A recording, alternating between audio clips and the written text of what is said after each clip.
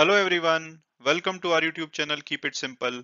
आज यानी कि 15 नवंबर के हमारे स्टॉक्स इन न्यूज़ है मारुति, जिनको कि हरियाणा गवर्नमेंट ने सोनीपत में नया प्लांट लगाने की क्लियरेंस दे दी है। और दूसरी कंपनी न्यूज़ है माइंड स्पेस रीट, जिनके कि बांद्रा कुर्ला कॉम्प्लेक्स को, जो कि पहले सिटी बैंक इंडिया का हेडक्वार्टर होता था, उसको आईडीएफसी बैंक ने लीज पे ले लिया है 9 साल के लिए। तो ये दोनों ही टॉपिक हम डिटेल में डिस्कस करेंगे इस वीडियो में। और आगे बढ़ने से पहले अगर आपने अभी तक चैनल को सब्सक्राइब नहीं किया तो प्लीज सब्सक्राइब करके हमें मोटिवेट कीजिए। तो सबसे पहले अगर हम बात करें मारुति की, तो हरियाणा के जो चीफ मिनिस्टर हैं मनोहर लाल खट्टर जी, उन्होंने सैटरडे को बोला कि मारुति को खारखोड़ा, जो सोनीपत डिस्ट्रिक्ट में एक जगह है, वहां पे 900 एकड़ का नया प्लांट लगाने की क्लियरेंस दे दी गई है। इसके अलावा कंपनी को जो state goods and services tax की रिम्बर्समेंट है वो भी 15 साल के लिए दे दी गई है। और इससे उम्मीद की जा रही है कि जो मारुति की प्रोडक्शन बढ़ेगी उससे ऑटो इंडस्ट्री को फायदा होगा। तो ये मारुति के लिए काफी अच्छी न्यूज है और आज हो सकता है कि इसका स्टॉक पॉजिटिवली रिएक्ट करे। तो अब बात करें अगर हम अपनी सेकंड कंपनी न्यूज यानी कि माइंड स्पेस रीट की, तो अगर आपको ये नहीं पता कि रीट क्या होते हैं तो उसके लिए मैंने सैटरडे को एक वीडियो बनाया है जिसमें डिटेल में डिस्कस किया है कि रीट क्या होते हैं, इससे कैसे आप अपनी इन्वेस्टमेंट को डाइवर्सिफाई करके रेगुलर इनकम जनरेट कर सकते हैं। तो अगर मैं शॉर्ट में बताऊं तो रीट को आप ये बोल सकते हैं कि कमर्शियल स्पेस का एक म्यूचुअल फंड होता है। जब आप इसमें इन्वेस्ट करते हैं तो जो कंपनी रीट को मैनेज कर रही है, जैसे इस केस में माइंड स्पेस, वो लोग कमर्शियल प्रॉपर्टी एक्वायर करते हैं, उसको रेंट पे चढ़ाते हैं और उससे जो भी रेंटल इनकम आती है उसको अपने खर्चे निकालने के बाद आपको डिविडेंड की फॉर्म में डिस्ट्रीब्यूट कर देते हैं। और इसके काफी टैक्स बेनिफिट भी होते हैं। तो आप उस वीडियो को अगर देखेंगे तो आप डिटेल में जान पाएंगे कि रीट एक अच्छा आपके लिए इन्वेस्टमेंट ऑप्शन हो सकता है। तो अब बात की जाए माइंड स्पेस रीट की स्पेसिफिकली, तो जो इनका बांद्रा कुर्ला कॉम्प्लेक्स में कमर्शियल बिल्डिंग थी, जो कि पहले सिटी बैंक इंडिया का हेडक्वार्टर होता था, उसको इन्होंने आईडीएफसी फर्स्ट बैंक को 9 साल के लिए लीज पे दे दिया है। और अगर बात की जाए बीकेसी यानी कि बांद्रा कुर्ला कॉम्प्लेक्स की, जो माइंड स्पेस रीट है, इन्होंने सिटी बैंक से इसको 2019 में 400 करोड़ रुपए में खरीदा था। और आईडीएफसी बैंक ने जो 10 स्टोरी बिल्डिंग है, 1,30,000 स्क्वायर फीट ओवरऑल एरिया है, इसको ओवरऑल जो एनुअल रेंट पे आउट होगा इसका 44 करोड़ होगा। अगर हम पर स्क्वायर फीट लगाएं तो मंथली रेंट होगा 280 रुपए पर स्क्वायर फीट। इसके अलावा इसमें 15% रेंट इंक्रीज का क्लॉज भी है, यानी कि हर 3 साल में इसका रेंट 15% बढ़ाया जाएगा। तो ओवरऑल अगर हम रेंटल की बात करें 9 साल की टर्म में, तो माइंड स्पेस रीट को 450 करोड़ रुपए का रेंट इस बिल्डिंग से मिलेगा। तो जब पिछले साल कोविड की वजह से लॉकडाउन लगे थे तो जो भी ये real estate investment trust companies हैं, इनको बहुत ज्यादा इम्पैक्ट हुआ था, क्योंकि इनका मेन काम है कमर्शियल स्पेस को लीज आउट करना। लेकिन जो कंपनीज हैं वो नई डील साइन नहीं कर रही थी। इवन जो पुरानी प्रॉपर्टी उन्होंने एक्वायर कर रखी थी उसको विकेट कर रहे थे, तो इनके लिए डिफिकल्ट टाइम था। लेकिन इस डील से जो आईडीएफसी बैंक ने डील करी है माइंड स्पेस के साथ, उससे लग रहा है कि ऑफिस लीजिंग स्पेस में रिकवरी के साइन दिख रहे हैं, जैसे कि वैक्सीनेशन बढ़ रहा है और एम्प्लॉइज ऑफिस में वापस जा रहे हैं। तो अगर माइंड स्पेस की बात की जाए तो इन्होंने पिछले क्वार्टर में 9 लाख स्क्वायर फीट को लीज आउट किया है, जिसका कि average rent 88 rupees per month है। और इन्होंने लगभग 11 डील्स की हैं। और अगर 2 क्वार्टर की बात की जाए पिछले, तो इन्होंने लगभग 21 लाख स्क्वायर फीट को लीज आउट किया है। और अगर इनकी ओवरऑल रेंट कलेक्शन की बात की जाए तो इनका 99% से ज्यादा ये ग्रॉस जो कॉन्ट्रैक्टेड रेंटल है ये कलेक्ट कर पा रहे हैं। और इनकी जो ऑपरेटिंग इनकम है वो 359.2 करोड़ रही है, जो कि पिछले साल से 6.7% बढ़ी है। इसके अलावा इन्होंने जो इस क्वार्टर के लिए डिविडेंड डिस्ट्रीब्यूट किया है वो 272 करोड़ के आसपास है, जो कि 4 रुपए 60 पैसे पर यूनिट आता है क्वार्टर का।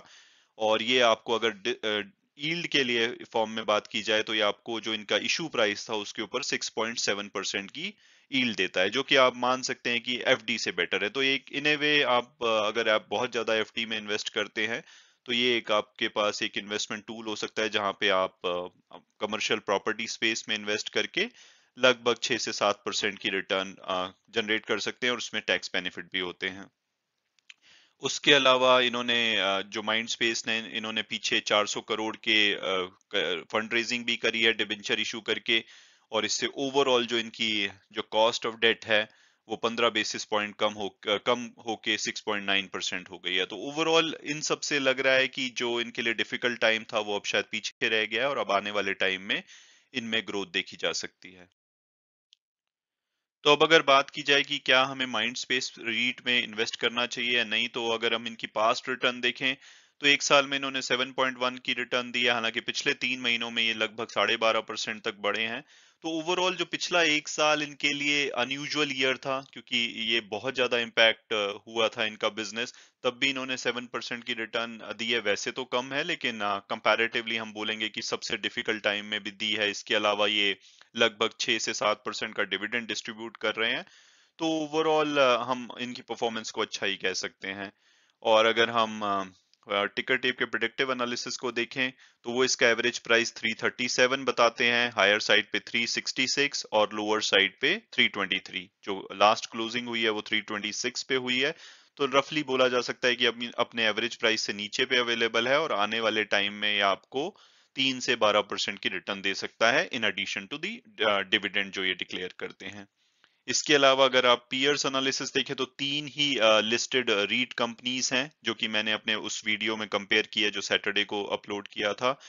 और इनके आप पुराने तरीके से यानी कि पी पीबी रेशो से आप इनको नहीं कंपेयर कर सकते। इसके लिए आपको देखना पड़ता है इनकी ऑक्यूपेंसी क्या है, डिविडेंड यील्ड रेट क्या है, या कुछ और तरीके अगेन मैंने उस वीडियो में डिटेल में डिस्कस किए हैं, तो आप उसे देख सकते हैं। लेकिन अगर मैं शॉर्ट में बताऊं तो आप अगर कंजर्वेटिव इन्वेस्टर हैं तो आप माइंड स्पेस रीट के साथ जा सकते हैं, क्योंकि इनकी लोन्स काफी कम हैं। इसके अलावा इनकी जो कलेक्शन है वो काफी अच्छी है। और अगर आप थोड़े से एग्रेसिव हैं तो ब्रूकफील्ड रीट के साथ आप जा सकते हैं, क्योंकि उनकी ऑक्यूपेंसी रेट अच्छी है और यील्ड परसेंटेज काफी अच्छी है। तो अब अगर हम वापस मारुति पे आए और उनकी बात करें कि क्या उसके शेयर को हमें लेना चाहिए, तो उसकी अगर पास्ट परफॉर्मेंस देखी जाए तो 3 साल में 5.5% की रिटर्न, एक साल में 9.4% की रिटर्न और पिछले एक महीने में 0.25% की नेगेटिव रिटर्न। तो ओवरऑल इनकी रिटर्न बिल्कुल भी अट्रैक्टिव नहीं लगती है पिछले एक साल में। हालांकि ऑटो सेक्टर बहुत ही डिफिकल्ट टाइम से गुजर रहा है because of Covid and other stuff, semiconductor की प्रॉब्लम वगैरह की वजह से। और अगर हम ब्रोकरेज हाउस रिपोर्ट्स को देखें तो एमके ग्लोबल 8,750 का टारगेट देता है, प्रबुधास लीलाधर 8100 के आसपास। तो एवरेज लगाया जाए तो 8400 के आसपास का टारगेट प्राइस आता है। और टिकर टेप के प्रेडिक्टिव एनालिसिस के हिसाब से 7800 के आसपास इसका एवरेज प्राइस है, हायर साइड पे 10,000, लोअर साइड पे 4900। और करंट प्राइस जो 7480 है वो बोला जा सकता है कि अभी अपने एवरेज प्राइस से नीचे पे अवेलेबल है। और अगर इनके फंडामेंटल और पीयर्स को देखा जाए तो इस स्पेस में अगर मारुति और महिंद्रा एंड महिंद्रा है जो प्रॉफिटेबल है, अभी टाटा मोटर्स लॉस में है, हालांकि वो इलेक्ट्रिक व्हीकल पे फोकस कर रहे हैं, उसकी वजह से उनका शेयर काफी भागा है। और पी पीबी रेशो में थोड़ा सा वैल्यूएशन हाई लगता है, बट अगेन कंपैरेटिव नहीं है क्योंकि दूसरी कंपनीज अभी लॉस में है। महिंद्रा एंड महिंद्रा से कंपेयर करेंगे तो इनका वैल्यूएशन रीजनेबल लगता है। रिटर्न ऑन इक्विटी 9% के आसपास है, जो कि ठीक ठाक कही जा सकती है। तो अब अगर मेरी पर्सनल ओपिनियन पूछी जाए कि क्या हमें इसमें इन्वेस्ट करना चाहिए या नहीं, तो मुझे लगता है कि अभी डेफिनेटली अच्छे प्राइस पे अवेलेबल है और ऑटो इंडस्ट्री यहाँ से बूम करनी चाहिए। इसके अलावा इनके साथ जो एक नेगेटिव है कि ये इलेक्ट्रिक व्हीकल पे भी फोकस नहीं कर रहे हैं। ये 2025 के लिए इन्होंने टाइमलाइन सेटअप की है, लेकिन वो इन ए वे इनके लिए अच्छी बात भी हो सकती है क्योंकि तब तक इंफ्रास्ट्रक्चर सेटअप होगा, ये दूसरे प्लेयर की परफॉर्मेंस को देख पाएंगे। तो हो सकता है कि वो इनके फेवर में करे और हो सकता है कि काफी पीछे भी रह जाए। इसके अलावा ये सीएनजी व्हीकल पे काफी ज्यादा फोकस कर रहे हैं और अपनी प्रोडक्शन उसमें बढ़ा रहे हैं। तो वो एक इनका स्ट्रॉन्ग पॉइंट है। तो ओवरऑल अच्छा लगता है कि अभी इसका करंट प्राइस जो काफी रीजनेबल है और यहाँ से आपको ये लगभग 5% से 15% की रिटर्न तो दे सकता है, और अगर सब चीजें ठीक रही तो एक बार के लिए 30% की भी रिटर्न आने वाले 1 से 1.5 साल में ये दे सकता है। तो अब अगर बात की जाए आज के रिजल्ट्स की, तो आज भी 83 कंपनीज अपने रिजल्ट डिक्लेयर करेंगी। हालांकि जो भी सब बड़ी कंपनीज हैं उनके रिजल्ट्स डिक्लेयर हो चुके हैं, तो अब इन रिजल्ट से हमारे इंडेक्स पे कोई मेजर फर्क नहीं पड़ना चाहिए। और इसके अलावा वीडियो क्लोज करने से पहले मैं हमेशा की तरह डिस्क्लेमर दूंगा कि जो भी व्यूज थे वो मेरे पर्सनल थे इस वीडियो में। अगर आप किसी भी शेयर में इन्वेस्ट करना चाहते हैं तो अपने फाइनेंशियल एडवाइजर से बात कीजिए, अपनी फर्दर रिसर्च कीजिए, उसके बाद अगर आप कंफर्टेबल होते हैं तभी आप इन्वेस्ट कीजिए। Thanks so much for watching the video and God bless you all.